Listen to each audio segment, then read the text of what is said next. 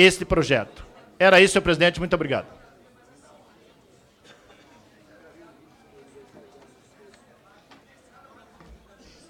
Com a palavra, a deputada Érica Cocai. Que houve permuta.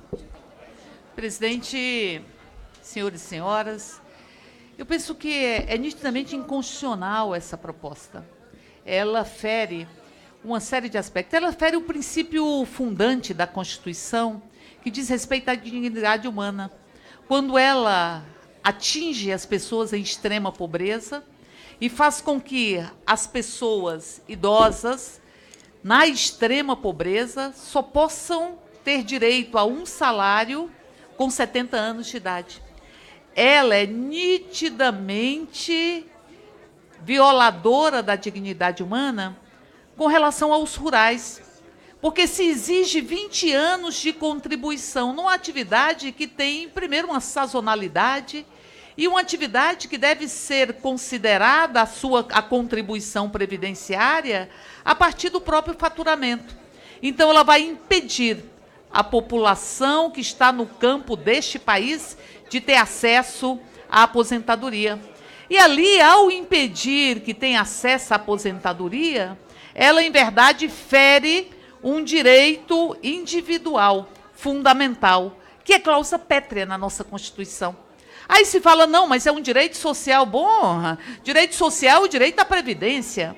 Direito à aposentadoria é um direito individual. Já existe larga jurisprudência do STF neste sentido. Portanto, fere-se sim um direito individual, que é um direito que não pode ser violado. Para além disso, esta proposta, ela vai ferir uma outra cláusula pétrea, que diz respeito à independência dos poderes. Vejam, no que diz respeito à aposentadoria de servidores públicos, o poder legislativo, ele não poderá opinar para a mudança se o governo constatar que há déficit atuarial. Mas veja, o governo quer impor à sociedade a retirada do direito à aposentadoria, porque, cruamente, o coração pulsante desta PEC é a retirada do direito à aposentadoria e a implementação da capitalização. Então, ele quer retirar esse direito e, no que diz respeito, e não apresenta nenhum dado atuarial. Não tem nenhum estudo atuarial. Nós não podemos calcular nem noção de déficit se nós não tivermos os cálculos atuariais para que eles possam ser aprofundados e para que o parlamento possa refletir acerca disso. Mas o governo diz que no que tange a servidores públicos, se houver déficit atuarial, ele pode automaticamente mudar as regras previdenciárias, sem que essa casa possa opinar. Mas não é só isso, porque ele tira da Constituição a aposentadoria. E, a partir daí, os projetos de lei complementares que exigem um quórum menor, e esta é a malandragem do próprio governo, eles têm que ser de iniciativa estrita do Poder Executivo. Arranca deste poder o direito de legislar sobre questões previdenciárias. Ah, que medo que eles têm deste poder, como a ditadura que fechou esse parlamento por 2 vezes, tem medo de um poder que é plural e que reflete e que ecoa no conjunto da sociedade. Por isso, nós temos uma proposição que ela é essencialmente inconstitucional. Ah, também a Constituição, ela faz a vedação de retrocessos, mas há retrocessos nítidos, que atingem de forma mais profunda segmentos que hoje estão abarcados por uma proteção social, porque proteção social não pode ser precificada. Não pode ser precificada, é uma política pública. Mas nós estamos numa lógica do governo de analisar o déficit de uma política pública de proteção social fundamental para a dignidade do povo brasileiro. 80% dos idosos neste país são protegidos socialmente, ou pelo BPC, ou pela própria Previdência, pela aposentadoria. São protegidos, eles querem rasgar rasgar a proteção social. Bom, se isso pode ser objeto da destruição de uma política pública, amanhã, deputado Renildo, eles podem dizer que a saúde também dá prejuízo. Então vamos fechar o acesso. Vamos fechar o acesso, que a educação... Aliás, já estão dizendo que a educação superior só pode atingir a quem tem condições de pagar. Já estão restringindo o acesso à educação. Mas também é inconstitucional essa proposição, porque ela restringe e nega o acesso à justiça, quando ela diz que apenas se pode recorrer para questões previdenciárias na Justiça Federal. Eu saio de 10.035 varas que existem nos estados e eu restringo para 988. Sabe o que significa isso? Está se rompendo o acesso à justiça, que a reforma trabalhista já o faz para os direitos trabalhistas. Ao estabelecer a possibilidade de litigância de má-fé, ao estabelecer o pagamento de sucumbências para o trabalhador, já restringe o acesso à justiça nos direitos trabalhistas e agora quer restringir também nos direitos previdenciários.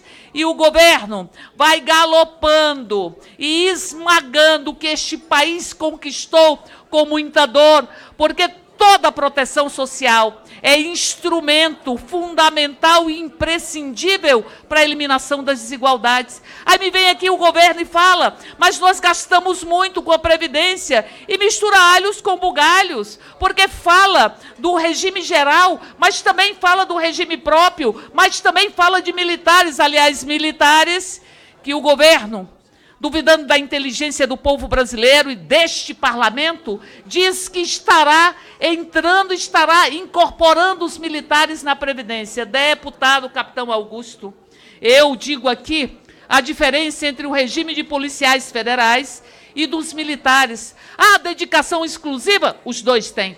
Os dois têm. Risco de morte, os dois têm. Desgaste físico e mental, os dois regimes, as pessoas que estão nos dois regimes, têm tanto os policiais quanto os militares. Regime de escala e disponibilidade integral, os dois têm. Mas horas extras eles não têm, nem adicional noturno, nem direito de greve. Idade mínima de 55 anos, o regime dos policiais não contempla. Não contempla. Integralidade, o regime dos policiais não contempla. Paridade, pensão integral e vitalícia, regras de transição, e não contempla reestruturação remuneratória, que vai fazer que nos primeiros 4 anos o governo gaste mais com os militares pela reestruturação do que os militares possam contribuir com o governo através da entrada ou do ingresso no sistema de aposentadoria. E como ficam os nossos policiais e bombeiros de todos os estados? Como fica o deputado Capitão Augusto? Não tem direito à remuneração, mas serão submetidos às regras que agora servem para os militares. Então, portanto, ela é extremamente desigual e desrespeitosa com as polícias e com os policiais e bombeiros militares. Mas não é só isso.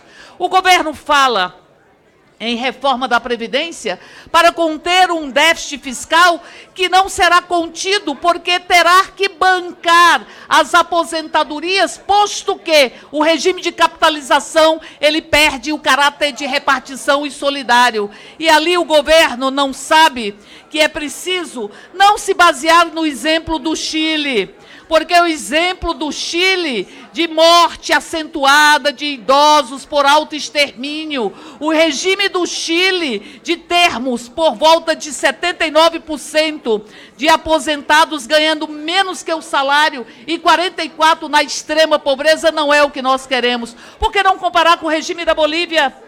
Porque a Bolívia foi o país que mais cresceu. Ela cresceu sobremaneira. Esse crescimento que o governo aqui não tem, ela cresceu 62% nos últimos 10 anos. E nós tivemos uma retração na economia no mês de fevereiro aqui no Brasil. E o que aconteceu na Bolívia? Cai a idade mínima de 65 para 58. Se estatiza de novo a Previdência, como 15 países querem fazer. E a mulher, a cada filho que tem com um limite de 3 filhos, ela terá 1 ano a menos de trabalho. E os mineiros que trabalham em condições insalubres, a eles, a cada 1 ano trabalhado, terão 2 anos a menos para chegar à sua aposentadoria. O governo não quer fazer esse país crescer, quer entregar para o rentismo e para o mercado financeiro às custas do... Aqui. Muito bem, com a palavra, o eminente deputado Sóstenes Cavalcante.